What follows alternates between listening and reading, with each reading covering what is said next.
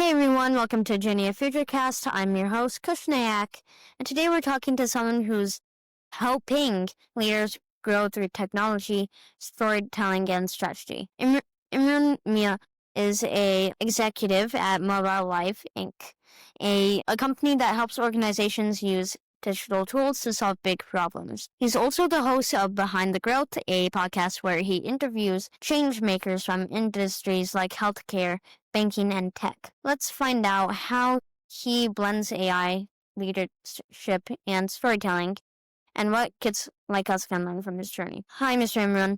Thanks for joining us. I'm so thrilled to host a podcast with a famous podcaster. I appreciate you agreeing to chat with me. Thank you so much, Kush. I'm really excited to be on your show and looking forward to the conversation. Yeah, I'm very excited to chat with you for this episode.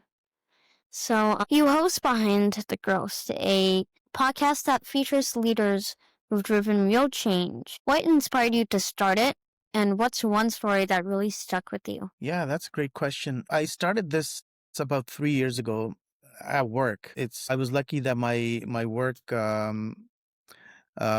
enabled me and supported me to launch this podcast. The idea behind the growth was we wanted to reach out to people and highlight their journeys and successes and struggles and opportunities and provide our listeners an opportunity to learn from these chain makers and these leaders. So the idea really was to celebrate their journey because everyone who reaches a certain level in the professional career goes through certain ups and downs and challenges and opportunities. So we wanted to bring that to our listeners so that they could be inspired and, follow in their footsteps.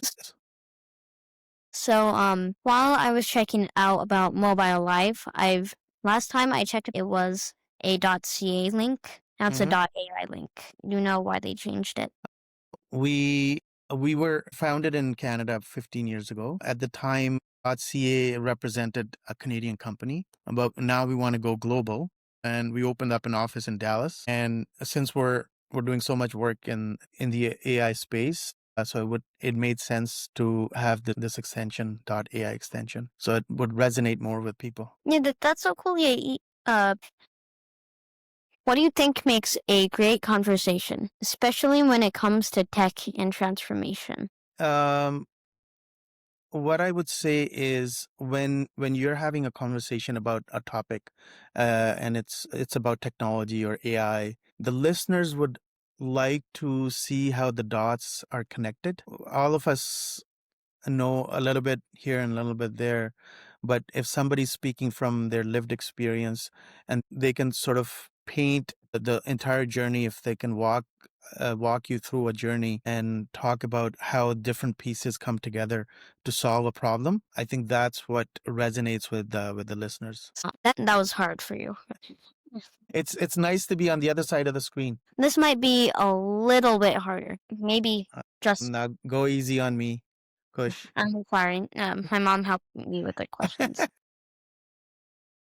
How do you choose guests and topics that matter to listeners? There's a term called ICP, Ideal Customer Persona. We want to celebrate the guests that we bring on our podcast because they've accomplished, a lot in their career. So that's the first thing. And the second thing is what it is that the listeners would be interested in. So based on that, we look for potential guests to reach out to. And once we connect with them, then I have a brief chat with them before we do the actual interview to sort of understand what they're passionate about. And based on that little conversation, 15 to 20 minutes, I come up with, just like you came up with the script, I come up with a script and I share it with them beforehand. So it's a very collaborative approach. So, you find people who the guests are comfortable with, and you also have brief chat like we did before the interview. So Yeah, that's really important to connect with your guest. Otherwise, it doesn't sound natural, right? Yeah. So let's move on. So next question. So your company, Mobile Life, helps other companies, use AI and digital tools to improve how they work. For kids listening, how do you explain what GenAI is and why it's useful? Right. So as you know, as you may know, AI is not new. AI has been around for 50 years. However, GenAI is new. When GenAI came around in October 2022, everything changed. And with the advent of Gen AI, it's empowered everyone to be able to use the tools that are available to make you much more productive. So if we're talking about enterprise customers or clients or big companies, they use Gen AI to be able to do more stuff with less. They able to use these tools to enhance their customer experience. They use these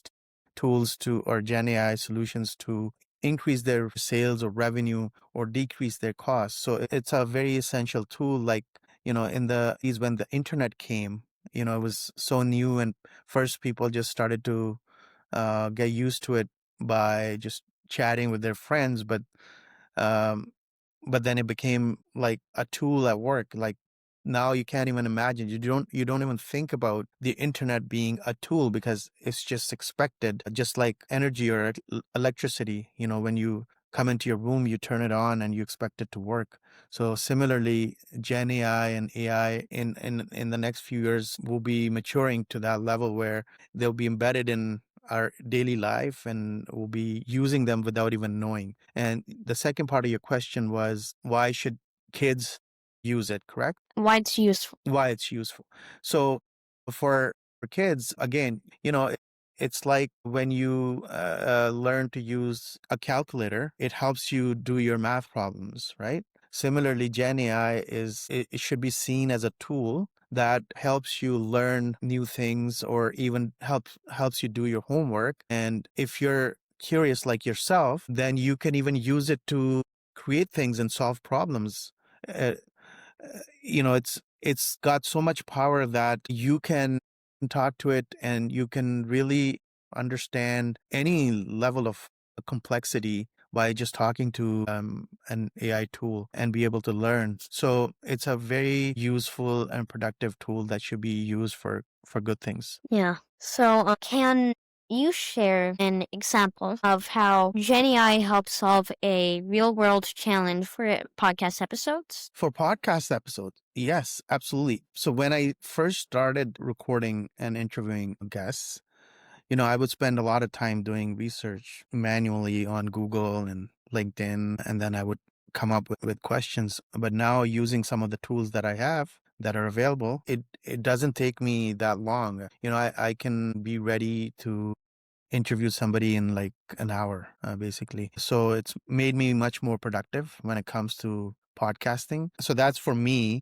But for production team, it's much easier to edit now using some of the tools that are available. You can make short clips of key messages that you want to emphasize on. You can create thumbnails. So with these tools, you can be much more creative and be much more efficient. So just like podcasting, in every other field, you can be very productive and you can get a lot more done in a lot less time. Yeah, you can do many things very quickly with AI. So, but what is one thing maybe any company in any country anywhere often get things wrong when trying to use AI? Yeah.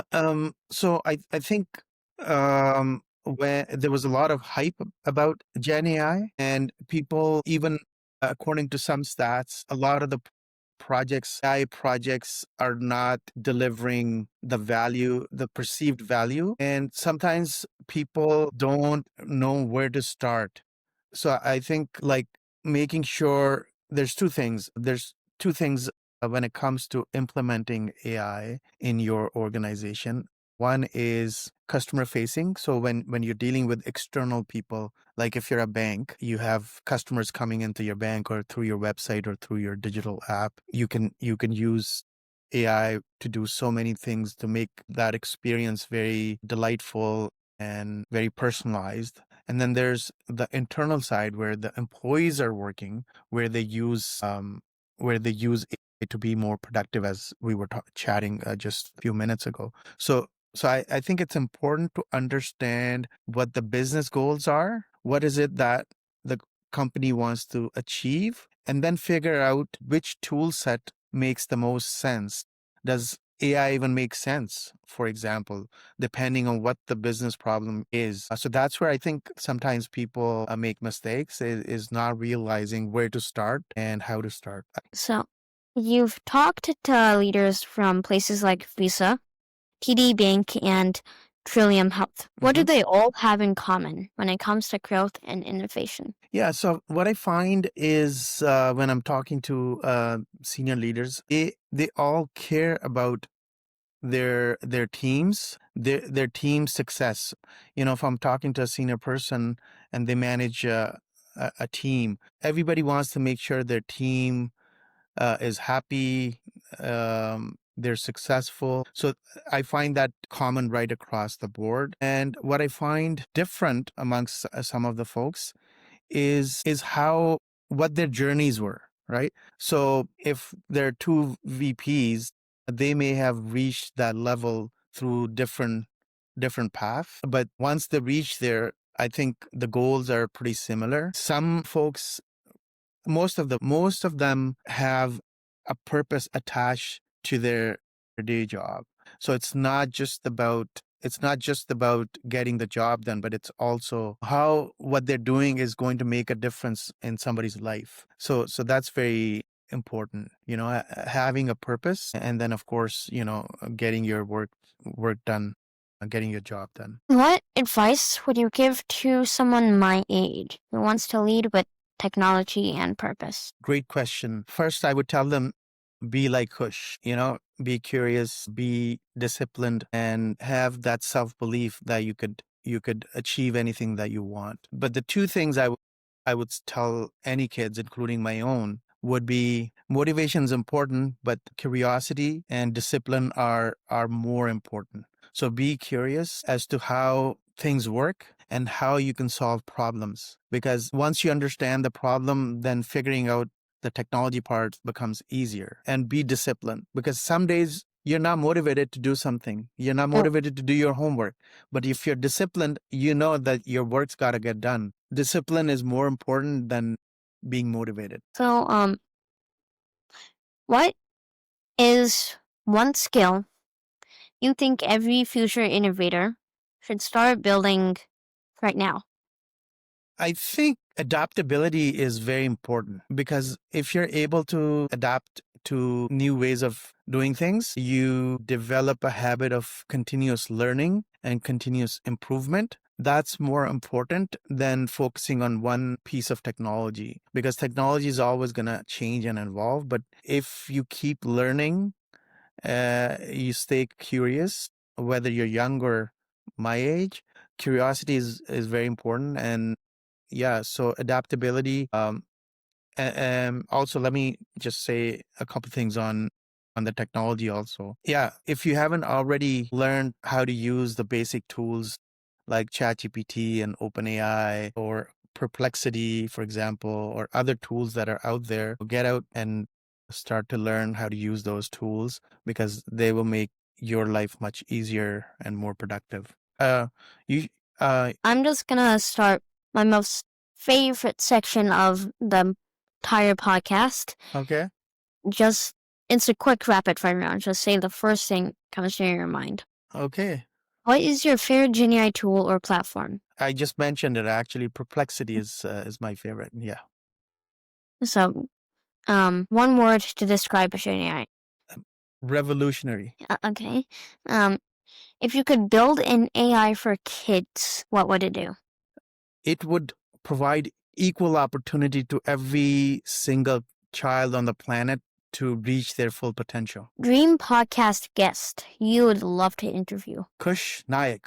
Okay, thank you. Okay, well, that's the end of this episode. So, Mr. Imran, thank you so much for being here. You've shown us that growth isn't just about numbers, it's about people, ideas, and using tech to make a difference. To everyone listening, stay curious, keep learning, and remember, your ideas can shape the future.